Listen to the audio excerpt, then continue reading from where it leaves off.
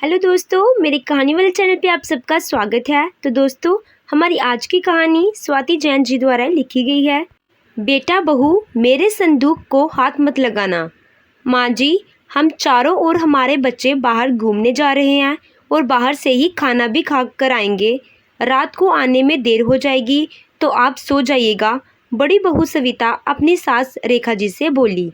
रेखा जी जैसे तैसे लाठी का सहारा लेकर अपने कमरे से बाहर आई और बोली, बहू तुम लोगों ने मेरी 2 रोटी तो बना दी है ना?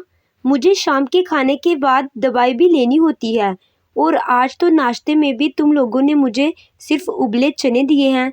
इतने में छोटी बहू नीलिमा बोली, माँ जी आप तो चाहती ही नहीं कि हम बाहर घूमने जाएं। भला घूमने जाने के दिन कौन रसोई में जाता है? रसोई में खाना ही बनाना होता तो हम लोग घूमने का क्यों प्लान करते? इतना ही खाने पीने का शौक है तो आप अपना खाना खुद से बना लीजिए। कम से कम हमें भी थोड़े दिन आराम मिलेगा। रेखा जी बोली, बहू तुम अच्छे से जानती हो मैं तो लाठी के सहारे रसोई तक भी जैसे तैसे आ पाती हूँ। खाना बनाना तो मेरे लिए असंभव है। बस मेरे लिए 2 रोटी ही तो मांगती हूँ, वह भी तुम लोगों पर भारी पड़ती है। सविता बोली, माँ जी आपके 2 रोटी के चक्कर में भी आटा गूंदना होता है और फिर रोटी बनाना और फिर साथ में दाल या सब्जी बनाना। काम तो बढ़ ही जाता है। आपके लिए बोलना बड़ा आसान है, सिर्फ मेरे लिए 2 रोटी बना दो, मगर जो बनाता है वही जानता है। नीलिमा अपनी जेठानी सविता से बोली, भाभी हम क्यों इनसे बहस करके अपना घूमने का मूड बिगाड़े? अब इनसे मुंह क्या लगना? वैसे भी ये पहली बार तो हो नहीं रहा। हम जब भी घूमने निकलते हैं इनका रोना शुरू हो जाता है। अब इन्हें कैसे समझाएं कि घूमने जाने से पहले हमें भी तैयार होना होता है और हमारे बच्चों को भी हमें तैयार करना होता है। रसोई में जाकर 2 रोटी बनाने का वक्त ही कहाँ मिलता है।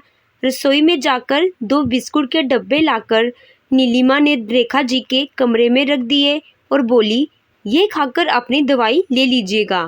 दोनों बहुएं अपने बच्चों को लेकर घर से बाहर निकल पड़ी और पीछे पीछे दोनों बेटे लोकेश और नीरज भी तैयार होकर बाहर चले गए। वैसे भी यह पहली बार नहीं हो रहा था। बेटे भी अपनी माँ के खाने पीने का बिल्कुल ध्यान नहीं रखते थे। खुद मज़े से सभी बेटे बहू बाहर खाना खाकर आते थे, मगर कभी अपनी माँ के लिए दोनों बेटों में से भी कोई बाहर से खाना लेकर नहीं आता है। सच ही कहा है किसी ने, बेटों के अपने परिवार बढ़ने के बाद वह लोग अपने जन्मदाता को भी भूल जाते हैं।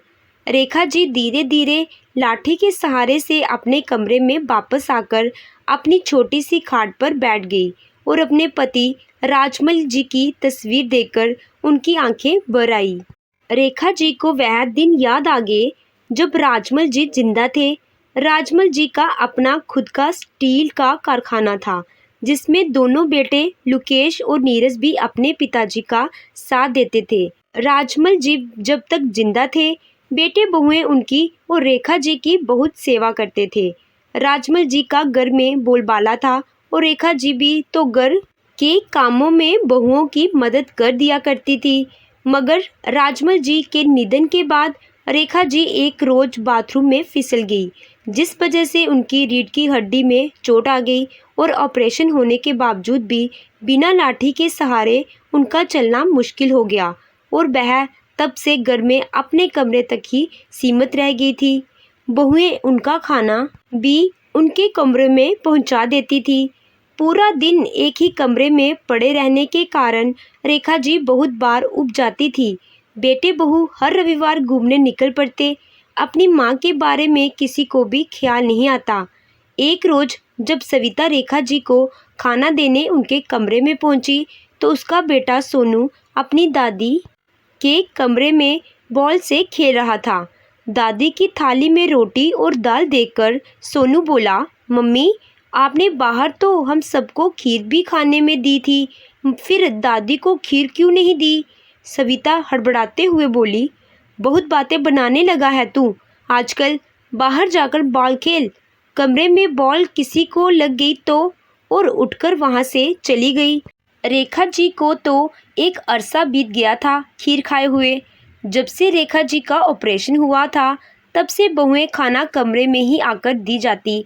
खुद बाहर बेटे बहुएं कभी पनीर तो कभी खीर का आनंद लेते, मगर रेखा जी को तो सिर्फ दाल रोटी या सब्जी यही खाने में मिलता। खीर का नाम सुनकर एक बार के लिए तो रेखा जी का भी मन मचल उठा खीर खाने के लिए, मगर वह जानती थी बहू को खीर देनी होती तो वह मेरी थाली में सिर्फ दाल रोटी ना रखती। जो बहू उनको दिन में एक गिलास दूध ना देती थी वह खीर क्या खाक देगी। पहले भी उनको यहाँ काम करने वाली गंगा रेखा जी से कह चुकी थी, माँ जी आपके बेटे बहू खुद तो बाहर बैठकर अच्छे अच्छे पकवान खाते हैं और आपको सिर्फ दाल रोटी खिलाते हैं। मगर रेखा जी उसकी बातों का कुछ जवाब नहीं देती थी। अब अपने ही घर के सिक्के खोटे हो तो बेचारी बूढ़ी विधवा माँ किससे कहे।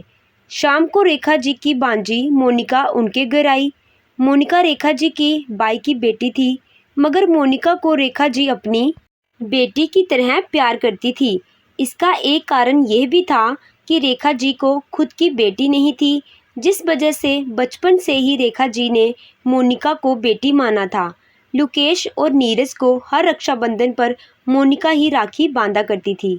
मोनिका जब छोटी थी रेखा जी कहा करती थी, तेरी शादी तक अगर मैं जिंदा रही तो तेरी शादी के लिए गहने ज़रूर बनवाऊंगी। मगर अब रेखा जी के वह सारे सपने अधूरे ही रह गए थे। मोनिका को भी अपनी बुआ के प्रति खास लगाव था। उसे जब पता चला कि भैया भाभी घूमने गए हैं और बुआ का खाना नहीं बनाकर गए हैं तो वह बोली, बुआ आज हमने घर में खीर पूरी बनाई है, मैं आपके लिए अभी खाना लेकर आती हूँ। थोड़ी देर में मोनिका बुआ के लिए खीर पूरी लेकर आ गई। खीर खाकर रेखा जी को ऐसा लगा मानो बरसों बाद उनकी कोई अतृप्त इच्छा को किसी ने आज पूरा कर दिया हो। वह बोली, मोनिका आज खाना खाकर मन तृप्त हो गया बेटा। मैं तेरे फूफा जी के लिए ऐसे ही खीर पूरी बनाया करती थी। तेरे फूफा जी जानते थे मुझे खीर पूरी बहुत पसंद है, इसीलिए हफ्ते में एक बार मुझसे खीर पूरी ज़रूर बनवाते थे। खीर खाकर वह मोनिका की बलाइयाँ लेने लगी। इतने में बेटे बहू भी घूमकर वापस आ जाते हैं। रेखा जी के कमरे से आवाज़ें आते देख दोनों बहुएं उनके कमरे में जाती हैं और देखती हैं कि मोनिका उनके लिए खीर पूरी लेकर आई है और रेखा जी उसकी बलाइयाँ ले रही हैं। कमरे से निकलकर नीलिमा बोलती है, देखा भाभी इस बुढ़िया ने ज़रूर मोनिका को बताया होगा कि हम सब घर में खीर खाते हैं और उन्हें खीर नहीं खिलाते, तभी तो उनकी लाडली बांजी उनके लिए खीर पूरी लेकर आई है। सविता बोली, हाँ छोटी, लगता है ये बुढ़िया हमें बदनाम करके ही दम लेगी। दूसरे ही दिन दोनों बहुओं ने एक साथ रेखा जी पर तानों के प्रहार कर दिए और कहने लगी, माँ जी इस घर में रहना हो तो घर की बातें घर तक ही रखा कीजिए। आप तो बिरादरी में हमारी नाक कटवाने पर तुली हैं। रेखा जी बेचारी बार बार कहती रही कि वह घर की बातें कभी बाहर नहीं बताती हैं, मगर दोनों बहुओं ने उन पर बिल्कुल विश्वास नहीं किया और रेखा जी को उलाहने देती रही। आखिरकार वह दिन भी आ गया जब दोनों भाइयों ने सारी प्रॉपर्टी के बंटवारे की सोची। गांव में ही रह रहे अपने कुछ रिश्तेदारों को बुलाकर दोनों भाइयों जमीन जायदाद और सारी प्रॉपर्टी का बंटवारा कर लिया। रेखा जी एक एक महीना दोनों भाइयों के घर रहेंगी, यह तय हुआ। सारे बंटवारे के बाद भी सविता और नीलिमा के मन को संतुष्टि नहीं थी, क्योंकि उनकी नज़र रेखा जी के कमरे में रखे उस संदूक पर थी जिसे रेखा जी ने कभी बहुओं के सामने खोला नहीं था। दोनों बहुएं एक दूसरे से बोली, आखिर यह संदूक बुढ़िया से खुलवाना ही पड़ेगा, जाने अंदर क्या छुपा रखा है। नीलिमा बोली, भाभी मुझे तो लगता है उस संदूक में बुढ़िया के गहने छुपा कर रखे हैं जो वह अपनी लाडली बांजी मोनिका को देंगी, क्योंकि उन्होंने बचपन से मोनिका को अपनी बेटी माना है। सविता बोली, हम दोनों के होते हुए भला वह गहने मोनिका को क्यों दिए जाएंगे? यदि मोनिका घर की सगी बेटी होती तो भी हम उसे वह गहने नहीं ले जाने देते।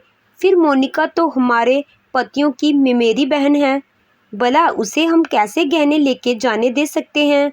चलो अभी खुलवाते हैं इस बुढ़िया से वह संदूक और निकलवाते हैं सारे गहने। सविता और नीलिमा अपने अपने पतियों को लेकर रेखा जी के कमरे में पहुंच गईं। सविता बोली, माँ जी, आप अच्छे से जानती हैं कि सभी चीज़ों का बराबर बंटवारा हो चुका है। फिर इस संदूक में क्या छुपा रखा है आपने? यह संदूक खोलिए और इसमें जो भी है उसका भी बंटवारा कर लीजिए। रेखा जी बोली, नहीं नहीं, इस संदूक में ऐसा कुछ नहीं है, मैं ये संदूक नहीं खोलने दूंगी। नीलिमा बोली, माँ जी, हम जानते हैं इसमें आपके गहने छुपा रखे हैं और वह गहने आप आपकी लाडली बांजी मोनिका को देना चाहती हैं, मगर हम उन गहनों को मोनिका को नहीं देने देंगे। इस गहनों पर सिर्फ हम दोनों बहुओं का हक है। इतने में वहाँ मोनिका रेखा जी के लिए खीर पूरी लेकर पहुँच जाती है और कहती है, बुआ, आपको खीर बहुत पसंद है ना? मैं आज आपके लिए वापस से खीर पूरी लाई हूँ। नीलिमा मोनिका को देखते ही कहती है, लो, शैतान का नाम लिया नहीं कि शैतान हाजिर। मोनिका बोली, भाभी, मैं कुछ समझी नहीं। नीलिमा बोली, तुम क्या समझती हो? माँ जी को खीर पूरी खिला खिलाकर माँ जी के सारे गहने अपने हिस्से ले लोगी, मगर हम ये नहीं होने देंगे। रेखा जी बोली, तुम लोग बेचारी इस बच्ची से क्यों ऐसा बर्ताव कर रहे हो? यह भी इस संदूक के बारे में कुछ नहीं जानती और इस संदूक में ऐसा कुछ नहीं है जैसा तुम लोग सोच रहे हो। बेटा लुकेश बोला, माँ, जब इस संदूक में ऐसा कुछ भी नहीं है तो तुम ये संदूक खोल क्यों नहीं देती? रेखा जी हाथ जोड़कर ना करती रही। इतने में छोटी बहू नीलिमा जाकर वह संदूक खोल देती है। संदूक खोलते ही वहाँ खड़े बेटे बहू और सबके होश उड़ जाते हैं। संदूक में बहुत सारी बासी रोटियां जमा थी। मोनिका यह नज़ारा देखकर बोलती है, बुआ, यह सब क्या है? संदूक में इतनी सारी बासी रोटियां? रेखा जी बोली, हाँ बेटा, जब भी ये लोग बाहर घूमने चले जाते थे और मेरे लिए रोटियां नहीं बनाकर जाते थे तो मैं मेरे बाग की दिन की एक रोटी संदूक में जमा करके रख देती ताकि ये लोग घूमने जाएं, उस दिन मुझे भूखा ना सोना पड़े। मोनिका बोली, बुआ, यह रोटियां तो कड़क हो चुकी हैं, आप कैसे खाती होंगी? रेखा जी बोली, बेटा, इन रोटियों को मैं पानी में भिगो देती थी, फिर इसे खाती थी। यह सब देखकर मोनिका रोने लगती है और रेखा जी के गले लग जाती है। दोनों बेटे बहुओं की नज़रें शर्म से झुक जाती हैं। दोस्तों, कभी भी बेटे बहुओं को अपने वृद्ध माता पिता के साथ ऐसा सलूक नहीं करना चाहिए, क्योंकि एक दिन बुढ़ापा तो सबको आना है। उनके बच्चे भी तो घर में जैसा माहौल वृद्ध लोगों के लिए देखेंगे, वैसा ही व्यवहार वह भी अपने माता पिता के साथ करेंगे।